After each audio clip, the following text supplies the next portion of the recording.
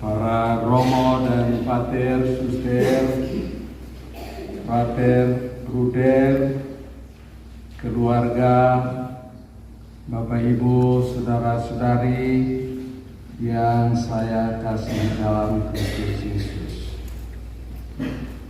Pada hari ini kita bersama-sama berkumpul untuk berpisah dengan seorang biarawan, Bruder Albertus Babu SPB, yang menyerahkan hidupnya dalam mengikrarkan kaul ketaatan, kemiskinan, dan kesucian. Kita kenal Bruder Albert mungkin dalam hidup sebagai seorang bruder.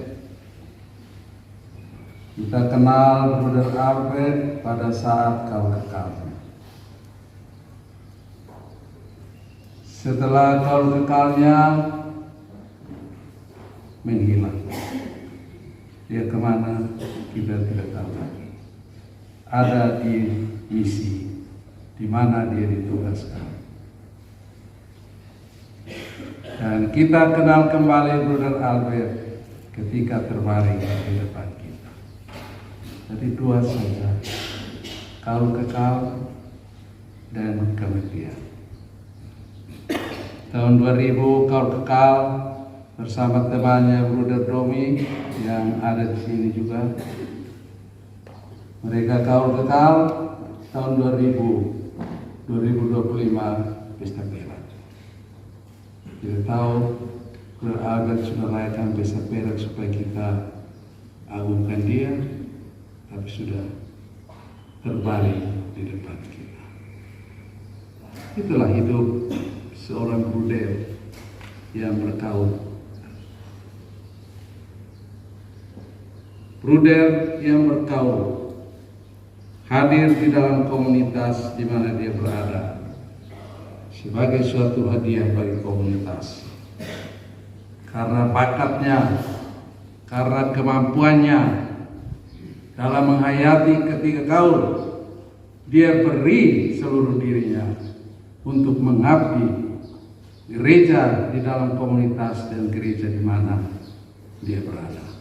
Itu kesetiaan seorang bruder.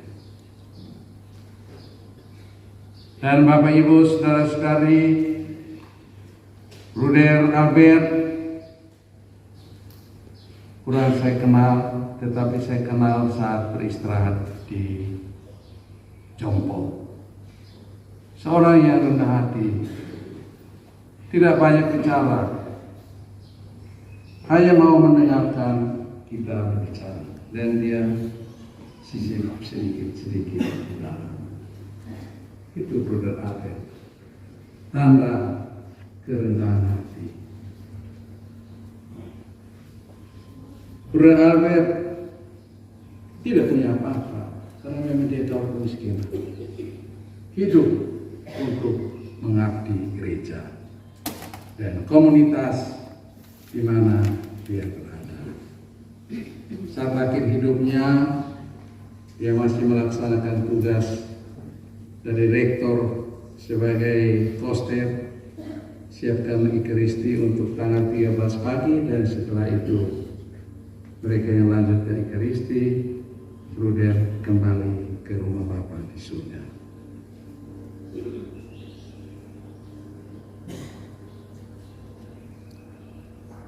Kemauan untuk mendengarkan itu satu hal penting yang perlu kita perhatikan, yang ditinggalkan oleh almarhum.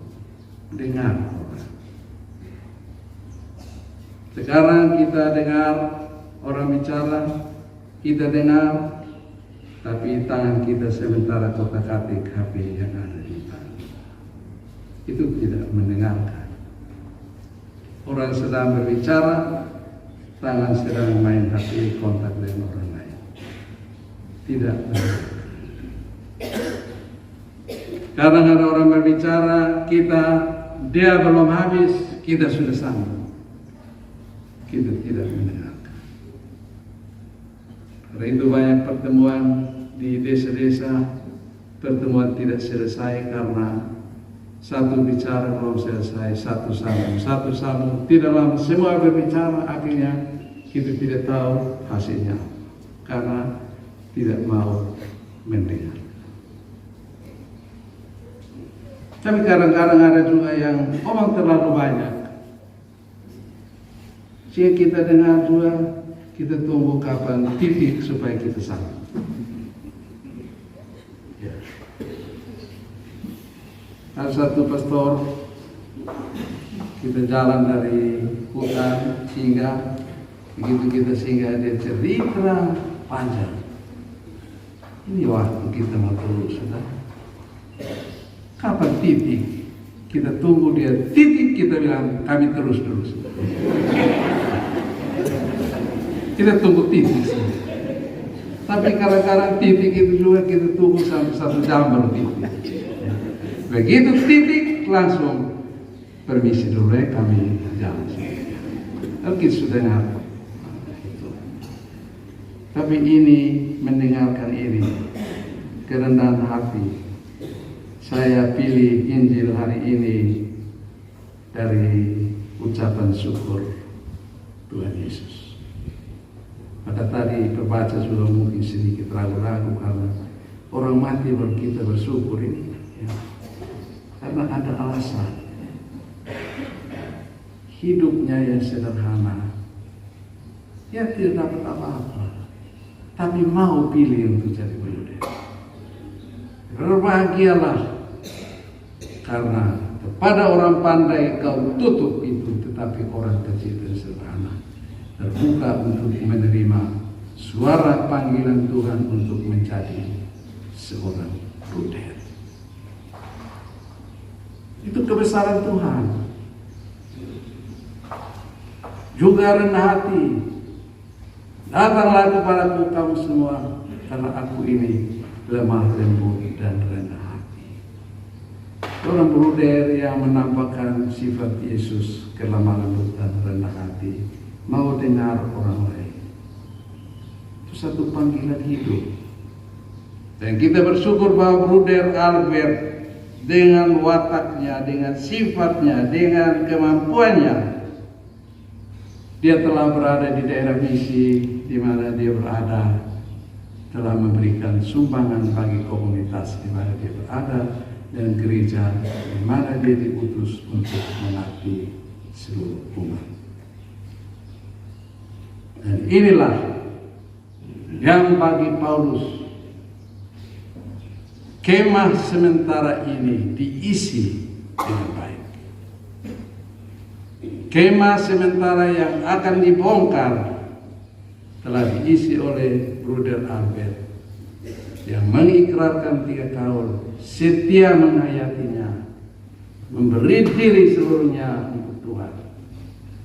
Dan itu kemah sementara yang dilewati oleh Bruder Albert. Dan kini dia boleh menikmati kemah baru, hidup baru, kemah yang disiapkan oleh Tuhan bagi orang yang setia kepadanya. Oleh karena itu Paulus juga mengingatkan kita sekalian agar mengisi waktu untuk tinggal di kemah sementara ini sebaik-baiknya, karena pada waktunya kita akan menghadap takhta kerahiman Allah untuk diadili sesuai perbuatan kita yang baik maupun yang jahat.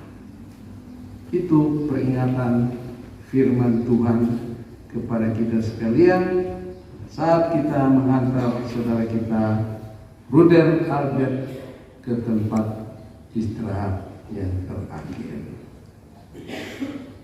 Mari kita bersama-sama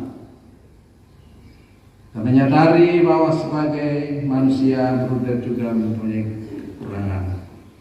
Dan pada tahun jubileum ini kita bersama-sama mau menikmati kebesaran kasih Tuhan yang begitu mengasihi kita, yang begitu mau menerima kita, yang mau mengampuni kita sekalian. Kita jalani tahun jubileum ini, manfaatkan tahun jubileum ini dengan sebaik-baiknya untuk menerima kerahiman Allah yang begitu mengasihi dan mau mengampuni kita. Karena kita tahu dalam Spes Non Confundit nomor 23, Paus Francis mengingatkan kita, manfaatkan kerahiman Allah. Mengaku dosa memang sudah mengaku dosa, tetapi akibat dari dosa itu tetap ada. Orang yang disakiti kita sudah mengaku, tapi yang disakiti kita sudah merasakan. Itu akibat dari dosa. Maka manfaatkan tahun jubileum ini supaya Tuhan yang Maha Rahim menghapus segala akibat-akibat dosa yang sudah kita lakukan pada waktu yang lalu. Mari kita berdoa semoga Tuhan berkenan mendengarkan doa-doa kita bagi kebahagiaan Bruder Albert. Kita mohon kekuatan untuk keluarga yang ditinggalkan. Dan Tuhan memberi semangat. Albert sudah pergi. Harus ada Albert baru dari keluarga untuk mengganti tempat Bruder Albertus Babu dalam komunitas SVD. Kita juga berdoa bagi kita sekalian agar di dalam kemah sementara yang kita diami ini, dengan bantuan Tuhan kita selalu didorong untuk selalu melakukan hal-hal yang baik di dalam kehidupan kita ini. Tuhan memberkati kita sekalian.